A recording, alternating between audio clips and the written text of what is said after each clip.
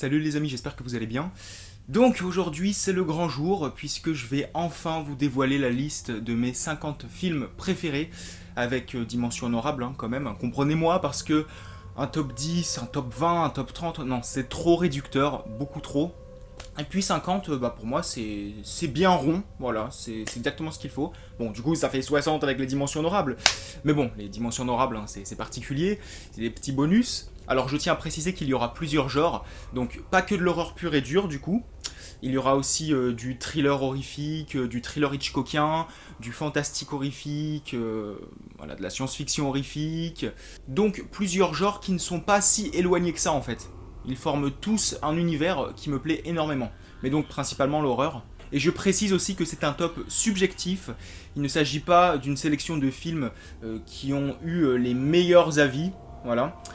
Pour moi, un top, c'est s'isoler sur une île déserte et y emmener des films que tu peux revoir et revoir sans t'en passer, tout simplement. Et puis ma sélection n'a rien à voir avec les notes que j'ai données au film, parce qu'il y en a certains auxquels j'ai donné un 7 ou 8 sur 10 par exemple, et à côté de ça, il y en a auxquels j'ai donné un 9 ou 10 sur 10, mais que je n'ai pas sélectionné pour mon top, parce que je n'ai pas spécialement envie de les revoir. Donc c'est clairement une histoire de feeling.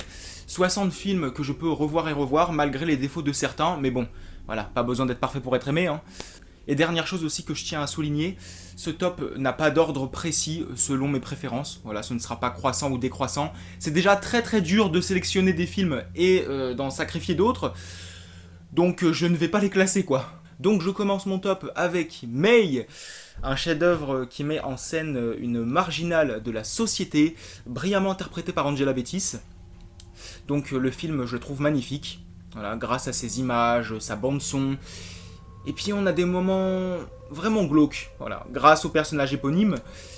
Et puis le film est très posé, voilà, c'est-à-dire que vous n'aurez pas de musique brutale ou de mouvements de caméra quand les meurtres se produiront. Et puis la fin m'a vraiment perturbé. Ensuite, j'ai choisi Chromosome 3, donc le titre original c'est The Brood, avec son récit que j'ai trouvé vraiment bien amené. Voilà, c'était très bien construit, je l'ai trouvé intelligent. Et accompagné de l'une des meilleures bandes-son du cinéma d'horreur pour moi. Film suivant, et c'est Le Jour des Morts Vivants, donc un super huis clos qui nous montre les relations tendues entre les scientifiques et les militaires.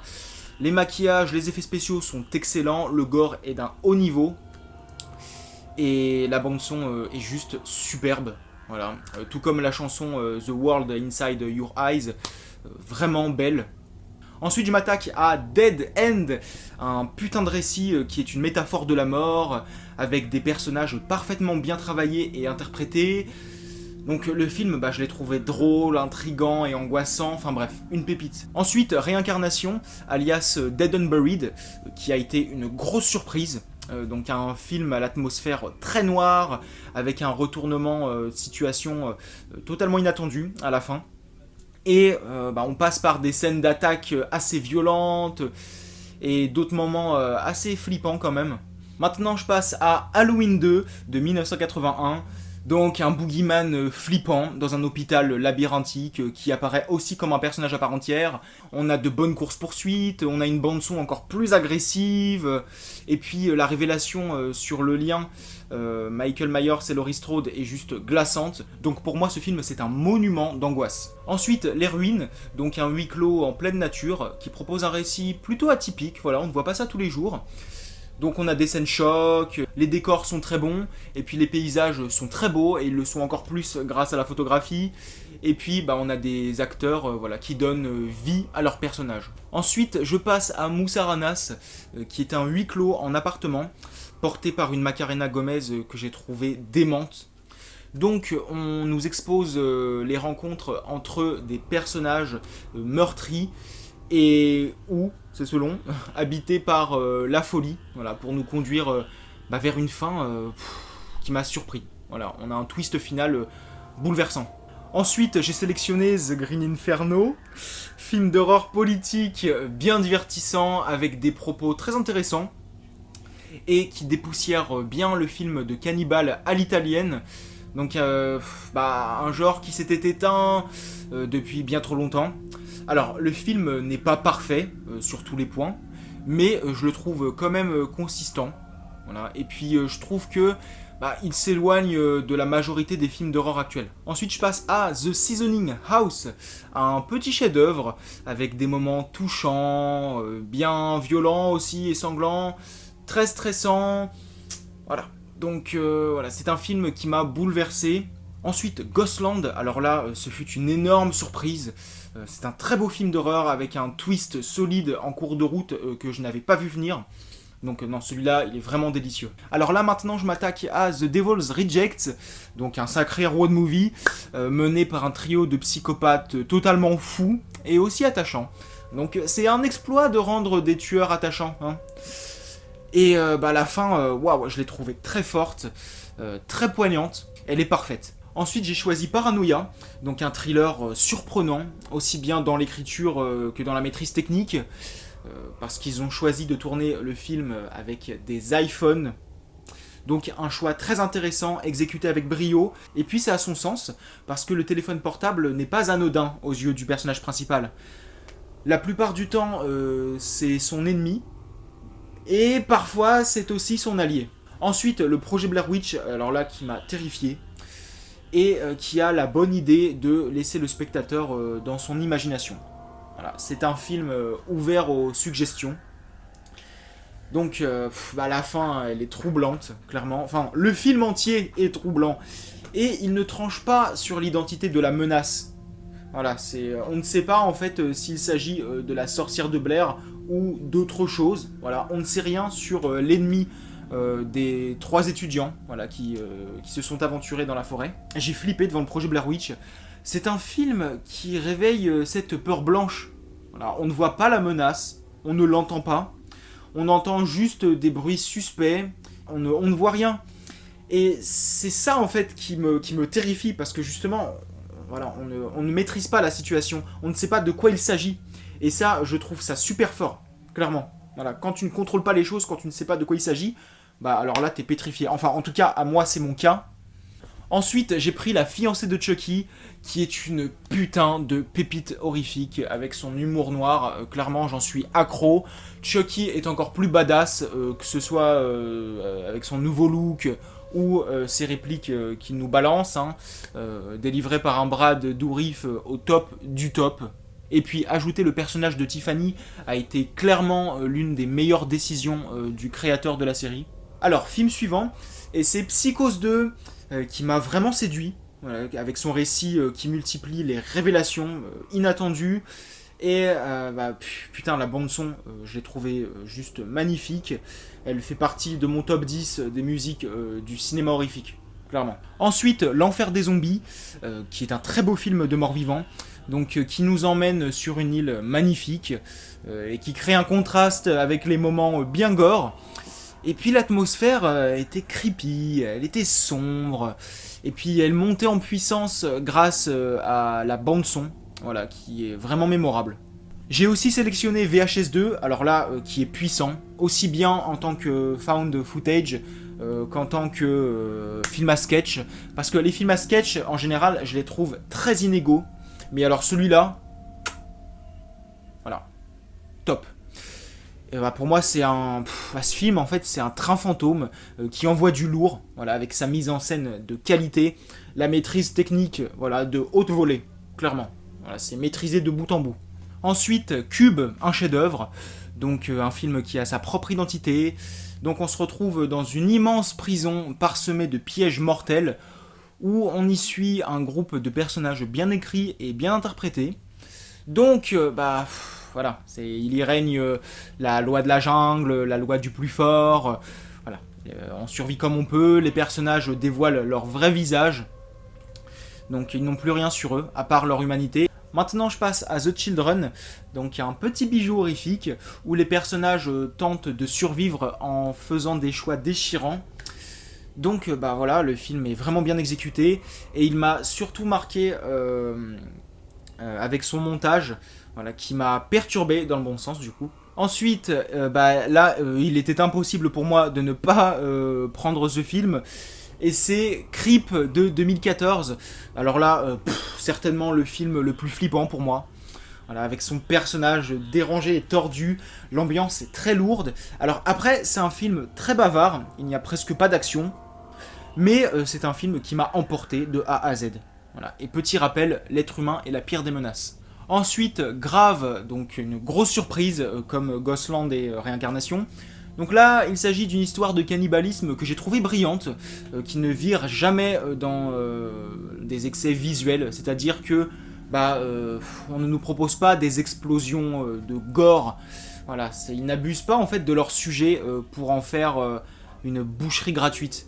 Alors, il y a bel et bien des passages sanglants, voilà, explicites, mais ce n'est pas non plus un film gore spectaculaire. Voilà. Et puis la prestation de l'actrice principale, donc Garance Marillier, est juste énorme, clairement. Sa métamorphose est bluffante, surtout sa métamorphose mentale, voilà, quand elle régresse psychologiquement. Donc elle se bat aussi contre ses envies les plus profondes. Donc voilà, et puis la fin est juste renversante, voilà, j'ai trouvé aussi terrifiante. Alors, comme prévu, depuis très longtemps, j'ai pris Hostel chapitre 2, qui est une bombe.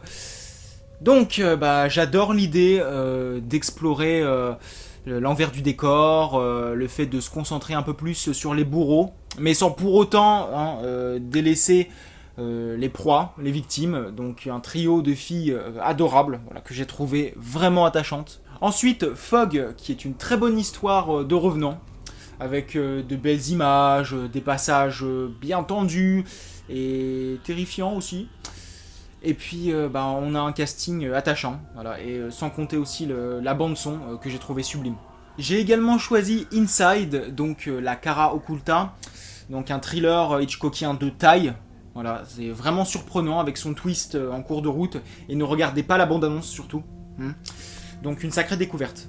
Ensuite vient Martyr, une œuvre forte, puissante, voilà, avec des scènes de sévices bien costauds. Mais il n'y a pas que ça, attention, il y a aussi la dimension psychologique qui est très bien traitée, portée par deux personnages principaux féminins, meurtris, dont l'une qui est habitée par la folie. Donc je remercie les deux actrices principales pour leurs prestations. Clairement, elles ont tout donné. Et je remercie également tout le reste de l'équipe du film. Ensuite, Blackwater, donc le meilleur film de Croco pour moi. L'un des meilleurs films mettant en scène un animal en tant que menace, tout simplement. Donc on a un trio de personnages solides. On a un crocodile qu'on ne voit pas trop. Voilà, mais il n'est pas non plus négligé. Voilà, je trouve que ses apparitions sont bien dosées. Parce que si on nous le montre trop, on s'en lasse. Enfin, moi, clairement, je m'en serais lassé, en fait. Voilà, j'aurais eu l'habitude de le voir, donc voilà, il ne m'aurait plus impressionné. Alors que là, ces apparitions sont bien dosées. Voilà, on le voit comme il faut. Voilà, tout simplement. Et puis, voilà, il y a une bonne tension aussi. J'ai souvent stressé. Dans mon top, il y a aussi Ténèbres. Donc, un grand dialogue, addictif. Voilà, j'en suis accro. Donc je n'ai rien à dire de plus sur ce film qui montre que Argento est un dieu. Voilà, tout simplement. Bon, aujourd'hui, voilà, ce n'est plus pareil, ce n'est plus comme avant, mais là, clairement, Ténèbres, non, on nous montre un Argento au top de sa forme. Ensuite, Mr. Babadook, qui est un film d'épouvante psychologique qui m'a touché, mais qui m'a aussi fait flipper. Donc voilà, une des meilleures surprises dans mon parcours de cinéphile, tout simplement. J'ai aussi sélectionné La Maison de Cire.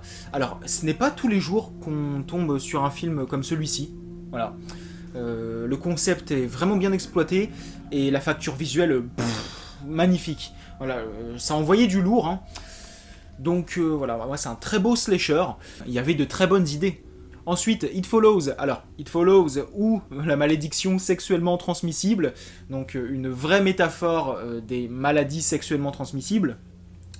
Donc qui dégage une véritable ambiance grâce à son concept que j'ai trouvé anxiogène et original quand même.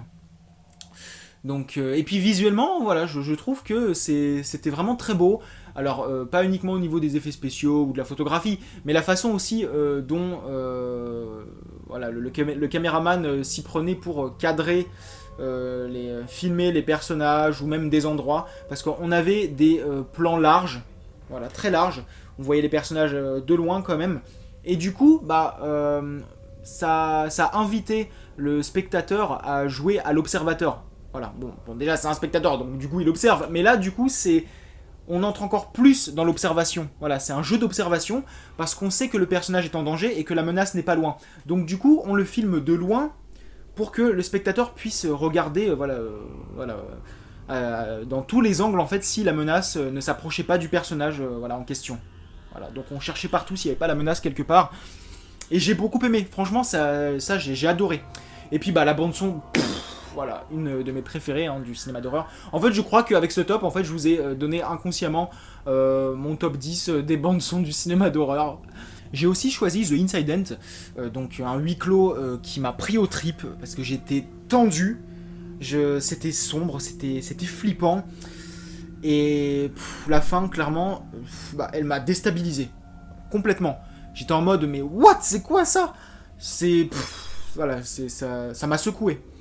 Ensuite, Malveillance, alors là, chef-d'œuvre hitchcockien, porté par un Louis Tozar absolument génial, qui joue un concierge malsain, mais aussi étrangement attachant. Vient ensuite Horribilis, donc une comédie gore qui donne la pêche. Voilà, je l'ai trouvée délirante, et puis on a des personnages et un casting adorable. Voilà, c'était un bon trip d'1h30. J'ai aussi pris le remake de La Dernière Maison sur la Gauche, donc une histoire de vengeance poignante, bien mise en scène.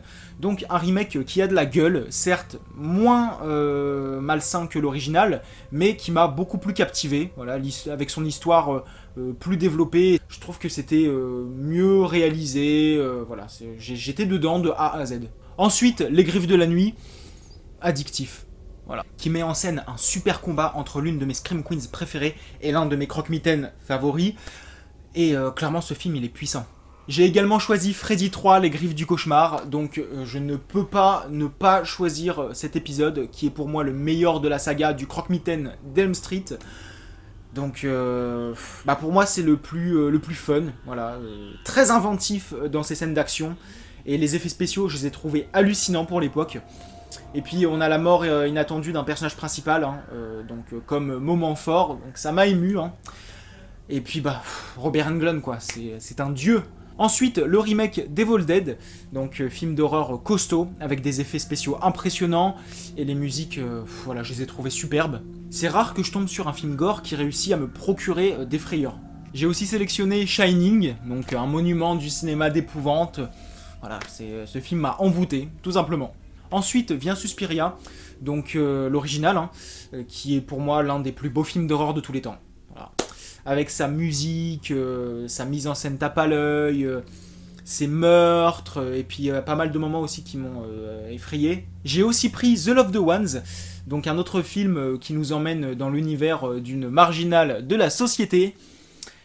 Donc on y trouve quelques scènes d'horreur plutôt corsées, voilà. Et puis le visuel est magnifique. Les personnages, enfin les acteurs habitent leurs personnages. Voilà, ils le font très bien. Voilà, ils sont impeccables. Donc c'est un drame qui vire au film d'horreur et clairement c'est bien maîtrisé. Ensuite, je passe à un film qui était prévu dans mon top depuis que je l'ai découvert. Voilà, quand j'étais gosse. Et c'est L'Armée des Morts, film de zombies musclé, un divertissement de haute qualité. Vient ensuite Halloween 20 ans après. Donc qui était la conclusion parfaite de la saga, la fin idéale de la trilogie spéciale Laurie Strode, voilà, avant que Halloween Résurrection vienne tout chambouler. Donc déjà Laurie Strode, donc là clairement dans cet épisode elle est badass, elle est intelligente, c'est ma Laurie préférée, voilà, tout simplement. Et Michou, il est redoutable comme il faut. Donc, deux personnages puissants qui s'affrontent dans un épisode vraiment bien mis en scène. Ensuite, Life, Origine Inconnue. Alors là, l'une des plus grandes surprises. Donc, pour moi, c'est un cauchemar, mais un beau cauchemar. Voilà, le film, il est magnifique. C'est un film de science-fiction horrifique qui a de la gueule. Voilà, c'était effrayant. Enfin, la bestiole, clairement. Wouh. Et en plus, il y a ce que j'aime, c'est-à-dire de la bonne tension. Voilà, on a des courses-poursuites, et puis même, les créatures comme ça, là, les tentacules là et tout, là, ça me, les êtres d'origine inconnue, clairement, ça me fout la trouille. Et puis le casting, je l'ai trouvé très agréable. J'ai aussi choisi 28 jours plus tard, donc le légendaire film de contamination, avec sa bande-son juste monstrueuse. Et je ne pouvais pas ne pas prendre sa suite, donc 28 semaines plus tard, qui est juste épique, clairement. C'était puissant, et j'en redemande. Donc j'ose encore espérer un 3e épisode. On sait jamais, hein, ça peut toujours se faire. Ensuite, The Reef, donc réalisé par Andrew Trauki, donc qui nous a pondu Blackwater. Donc il a réalisé mon film de requin préféré. Tout simplement, c'est angoissant, c'est réaliste, et puis le requin est parfaitement bien mis en scène. C'est-à-dire, voilà, comme dans Blackwater, on ne le voit pas trop, voilà, mais il n'est pas non plus négligé, quoi. On ne l'oublie pas. Voilà, c'est parfait. Et puis les personnages, ils sont dans une situation atroce. Ils sont en plein océan, ils n'ont pas de support physique pour se reposer, et en plus, il y a le requin qui en a après leur cul. J'ai aussi pris Scream, donc énorme film d'horreur. Voilà, un grand slasher, voilà, c'est la légende, hein, voilà, le film est mythique, voilà, il est addictif, et puis la mise en scène, enfin la mise en abîme m'a bien amusé. Voilà, et puis c'est un plaisir monstre de retrouver des personnages cinéphiles. Voilà, on s'identifie à eux. J'ai aussi choisi Scream 4, hein, que j'ai trouvé génialissime, avec sa critique sociale pertinente. On a toujours cette mise en abîme divertissante, qui ouvre ses portes avec une séquence d'introduction que j'ai trouvée jouissive. Et ensuite, dernier film de mon top, avant de vous présenter les dimensions honorables, et c'est You're Next, donc une grosse cour de récré. C'est un putain de moment de détente. Les meurtres, clairement, j'ai kiffé, voilà, ils sont variés, hein, très nombreux. C'est rythmé, et puis le personnage principal féminin est juste dément, voilà, la meuf, elle est badass. Et maintenant, place aux dimensions honorables. Donc j'ai choisi Xtro. Donc malgré les réécritures du scénario qui du coup ont donné un récit un peu décousu, pour moi c'est un film de science-fiction horrifique très attachant, qui a son identité. Je retiens la créature que j'ai trouvée stylée et très effrayante. On a aussi une scène d'accouchement assez folle, et d'autres scènes très réussies, hein. Donc l'atmosphère aussi change de ton parfois, des fois on est en plein dans l'horreur, des fois on est dans la fantasy, puis aussi la science-fiction pure et dure, hein. Donc voilà, on a une ambiance particulière, mais voilà, le mélange est très intéressant. Ensuite, j'ai choisi Enfer Mécanique. Alors là, grosse surprise, je m'attendais à un simple divertissement, oubliable, voilà, avec son concept, hein, donc la voiture tueuse. Et en fait non, là c'est un gros coup de cœur, clairement. Le bolide, il est très bien mis en valeur, on a des scènes de poursuite très efficaces, voilà, on a de bonnes scènes d'action, et puis les personnages sont travaillés, voilà, ils sont solides, et puis on a quand même une mort inattendue qui m'a un petit peu secoué, hein, voilà, au sein de la galerie des personnages principaux. 3e mention honorable, et c'est Housebound, donc une comédie horrifique de taille, donc les dialogues sont hilarants, et on a un virage vers un genre inattendu, voilà, dans la dernière partie du film. Donc non, voilà, c'était malin. J'ai aussi choisi Peur Bleue, donc le jeu du chat et de la souris aquatique par excellence. Donc c'était fun, survolté, stressant, parfois effrayant aussi, hein. Donc non, c'était un régal. Ensuite, Dark Skies, alors là, gros coup de cœur pour ce thriller de science-fiction, vraiment bien écrit, qui propose de bonnes idées, et qui se termine avec une révélation bien amenée. Et je termine cette petite liste avec 5 films, et là je peux vous dire que ça va se lâcher. Donc Intruder, qui est un slasher en huis clos, voilà, dans un supermarché. Donc on a beaucoup de meurtres qui sont différents, et on a des cadrages recherchés. Donc clairement les créateurs du film ont fait preuve d'inspiration, voilà, quand il s'agissait de filmer, hein. Vient ensuite Détour Mortel 2, donc un pur plaisir, où candidats d'une émission de télé-réalité et mutants cannibales s'affrontent. Donc je ne pouvais pas ne pas choisir mon épisode préféré de l'une de mes sagas favorites. J'ai aussi pris Sœurs de sang, donc le titre original c'est Sorority Row. Donc, un beau petit slasher décomplexé, voilà, tellement fun que je ne pouvais pas ne pas le prendre. Pareil, on a de très bons meurtres que j'ai trouvé recherchés, donc pas gore, mais inspirés. Voilà. Et puis, on suit un groupe d'étudiantes, voilà, adorables, hein, je les ai trouvées attachantes. Et puis, c'est toujours fun de suivre les délires de sororité, voilà, dans des films d'horreur. Et puis, clairement, je tiens à préciser que l'on tient là alors parmi les filles, une des meilleures pestes, une des meilleures garces de l'histoire du cinéma, clairement. L'actrice s'en donne à cœur joie, elle est vraiment convaincante, elle a des répliques qui tuent. Franchement, j'étais mort de rire avec ses punchlines, ses remarques. Voilà, j'ai aimé la détester en fait. Voilà, c'est respect. Franchement, l'actrice, nickel. Avant-dernier film, et c'est The Furies, donc un petit Hunger Games horrifique. Alors là, c'est le genre de film que j'aimerais voir souvent. Voilà, c'est vraiment le film fait pour s'éclater. Voilà. Et puis les tueurs, j'ai kiffé leur tenue, je les ai trouvés stylés. Et puis on a du bon gore à l'ancienne, et j'ai hâte de découvrir la suite. Et pour terminer, j'ai choisi Massacre au camp d'été. Donc un bijou du slasher movie, c'est Vendredi 13 mais en mieux. Et puis la fin clairement elle m'a fait froid dans le dos, je l'ai trouvée surprenante. Voilà, je m'y attendais pas du tout. C'est l'une des meilleures fins du cinéma d'horreur pour moi, même un des meilleurs twists, tout simplement. Ça y est, c'est fait, je vous ai fait mon top. J'en reviens pas, c'est depuis le temps.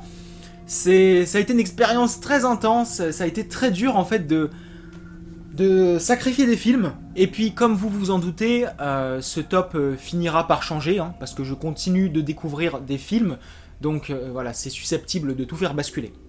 Donc n'hésitez pas à me faire part de votre top, alors pas forcément 60 films, hein, enfin c'est comme vous voulez, mais j'aimerais beaucoup découvrir le vôtre.